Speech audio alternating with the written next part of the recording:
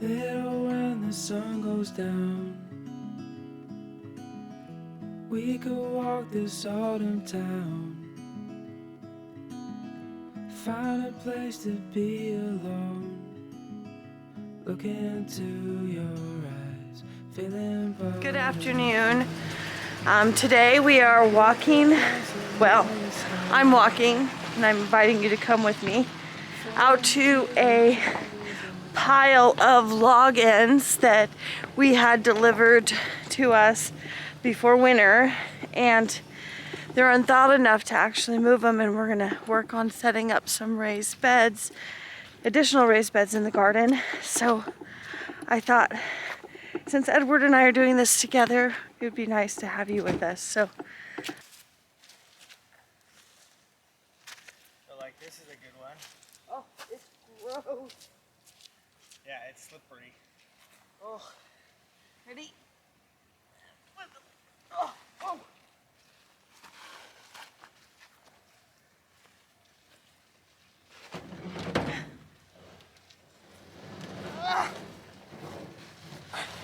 This is an impact. That's a good impact. That's heavy.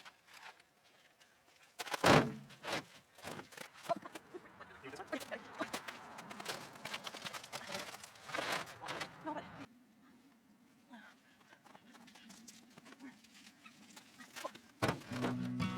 Yeah, that's good. This side. That's good. This side. I know these two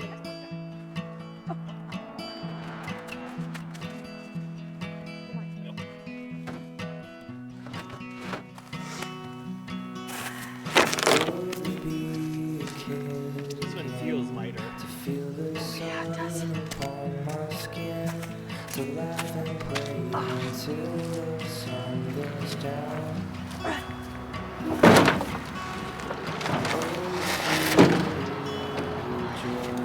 To never make one single choice, and know that nothing's gonna stress me out. It's frozen to the ground. I'm gonna try and At least for now.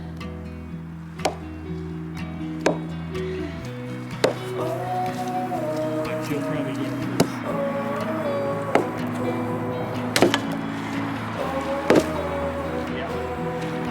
See that? I saw it. Let's see if I can even lift it. Oh, right. Oh.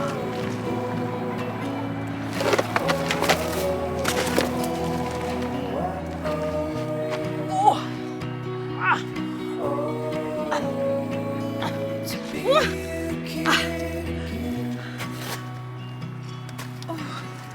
So heavy.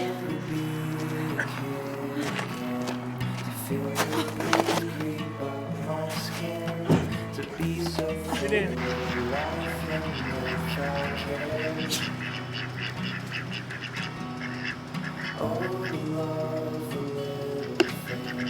The ones that we can't seem to see, 'cause everyone around us has gone blind. Oh, we're not sure why.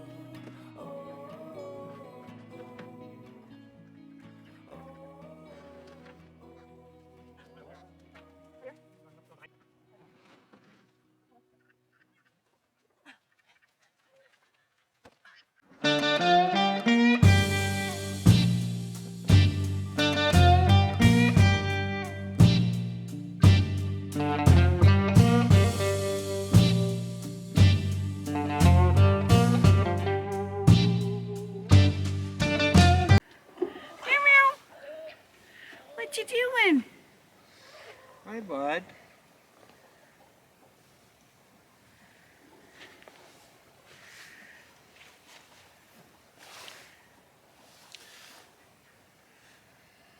Hey guys, welcome back to the homestead here. Today I'm working on getting some raised garden beds using the log ends that we got.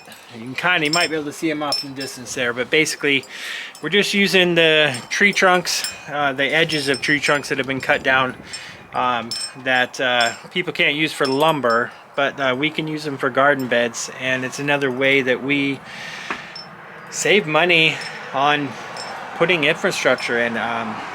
We got those for very little cost, and we're able to use those to produce garden beds, which means I don't have to buy lumber and spend extra money that could go to something else. So we're always looking for ways, as you saw in our last video with the kind of DIY raised bed build. We were able to do that for like around 35 bucks for that. So this is another option that is right in that kind of cost area. We got a whole load of those log ends for like $50. So it'll go to multiple projects, in this case garden beds. So what I'm doing here is kind of measured the height of the garden bed and the log ends and how high they are, and then cutting down chunks of 2x4. And what I'm going to do is I'm actually taking it here and ripping it down on the saw here, and I've done a few already, and just kind of basically cutting them in half. And those are going to be the supports in the corner that will hold these log ends together. I'll be able to put in screws from both sides, and by doing this way I don't have to try and screw it from the outside of the log end and basically make it so that I have to have really long screws, because some of these pieces vary in thickness. So this way, this allows me to match up different size and thickness pieces to hold these log ends together without having to make a bunch of screws or get a bunch of long screws to match those different thicknesses. I can screw it into the log from the inside of the corners and go both directions by ripping it down into this smaller size. If I had left the 2x4 this way, then I'm needing a long screw that goes from here through here and into the thing there. So you can see, again, I'm running into the same issue. So by ripping it down in half, I can use a much shorter screw to get in there, because I'm only having to go through this much wood, which I have screws that will easily go past there and into the actual log ends. So I'm going to go ahead and rip the rest of these down. I just got a couple more to do here, and then I'll go ahead and take those out, and we'll start putting these raised beds together.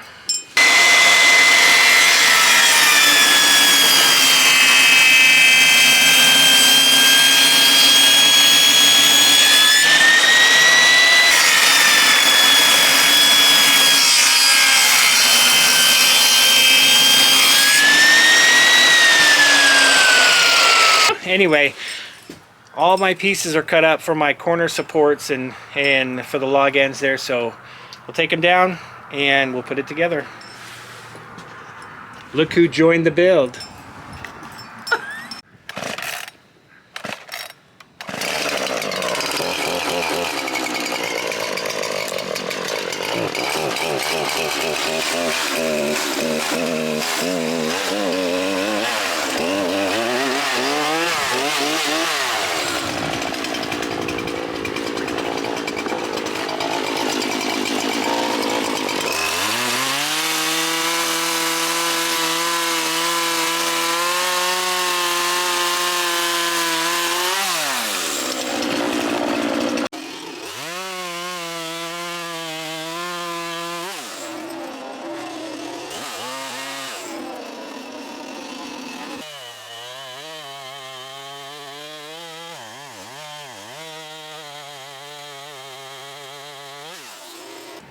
So basically, what we're gonna do is we're gonna attach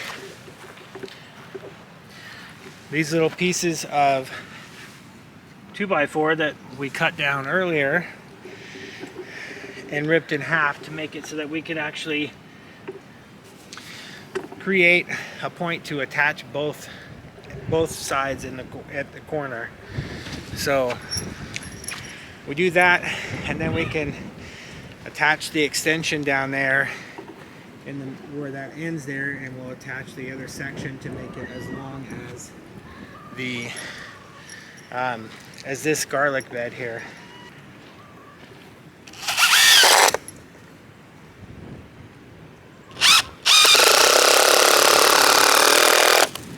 Hey, shoo, shoo, get out of my garlic bed, huh, bud? Come on.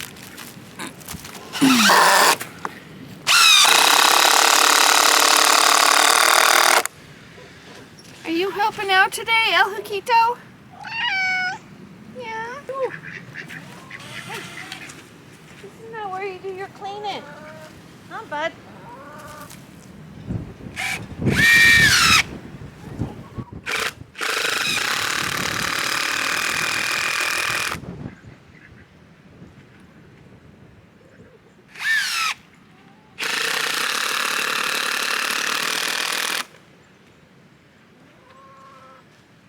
So it is crazy cold and windy. I think it's more windy and cold, and then with the wind chill it makes it even colder.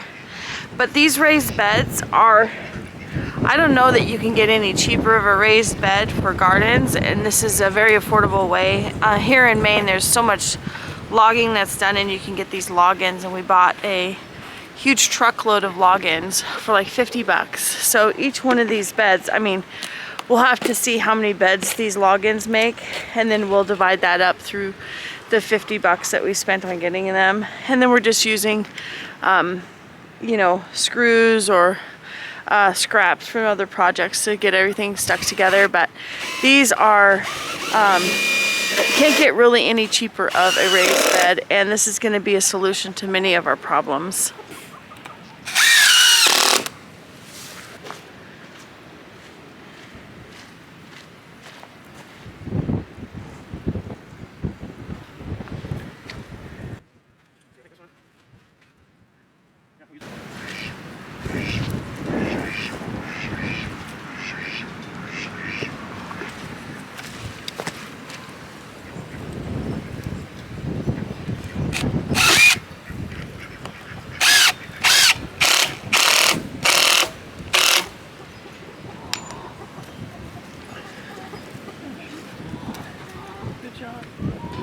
Your hands cold?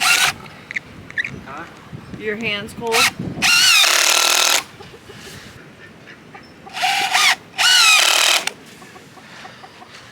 Okay.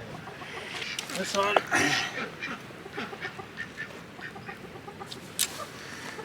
Yep.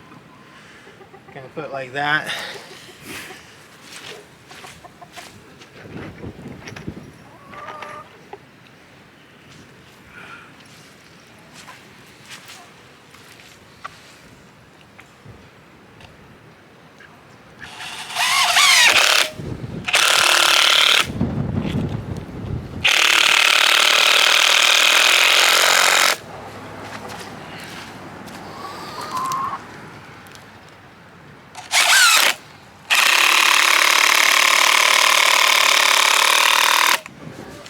Hey, get out of there. Come on.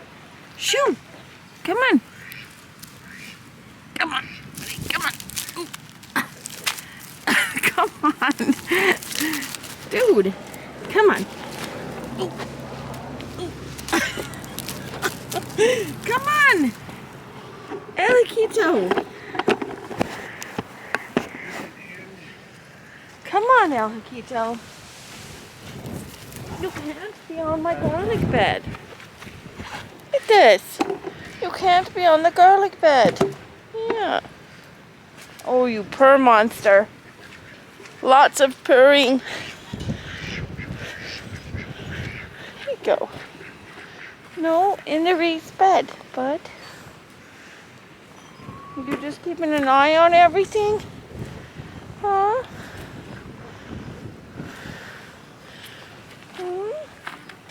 Are you, Darkness? Hello, Darkness, my old friend. You're a good boy. Stay out of my garlic bed. Oh, so cold.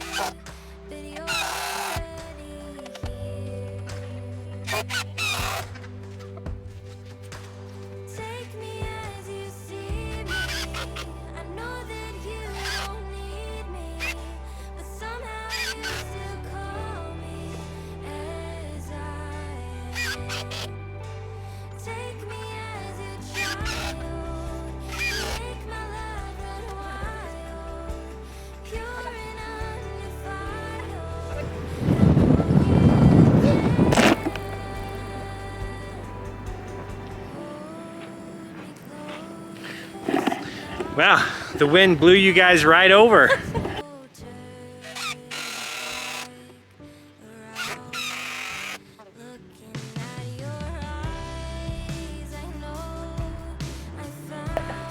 ahead and put a screw in there.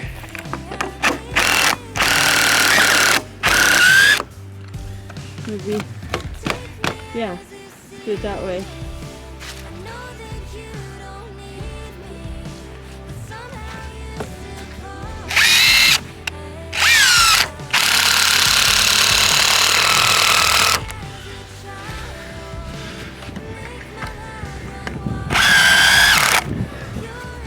So that's what it's like with these beds. These are very cheap, but they'll work great. They'll work great for onions, garlic, potatoes, carrots. They're very affordable. They're not pretty, but they'll work just fine.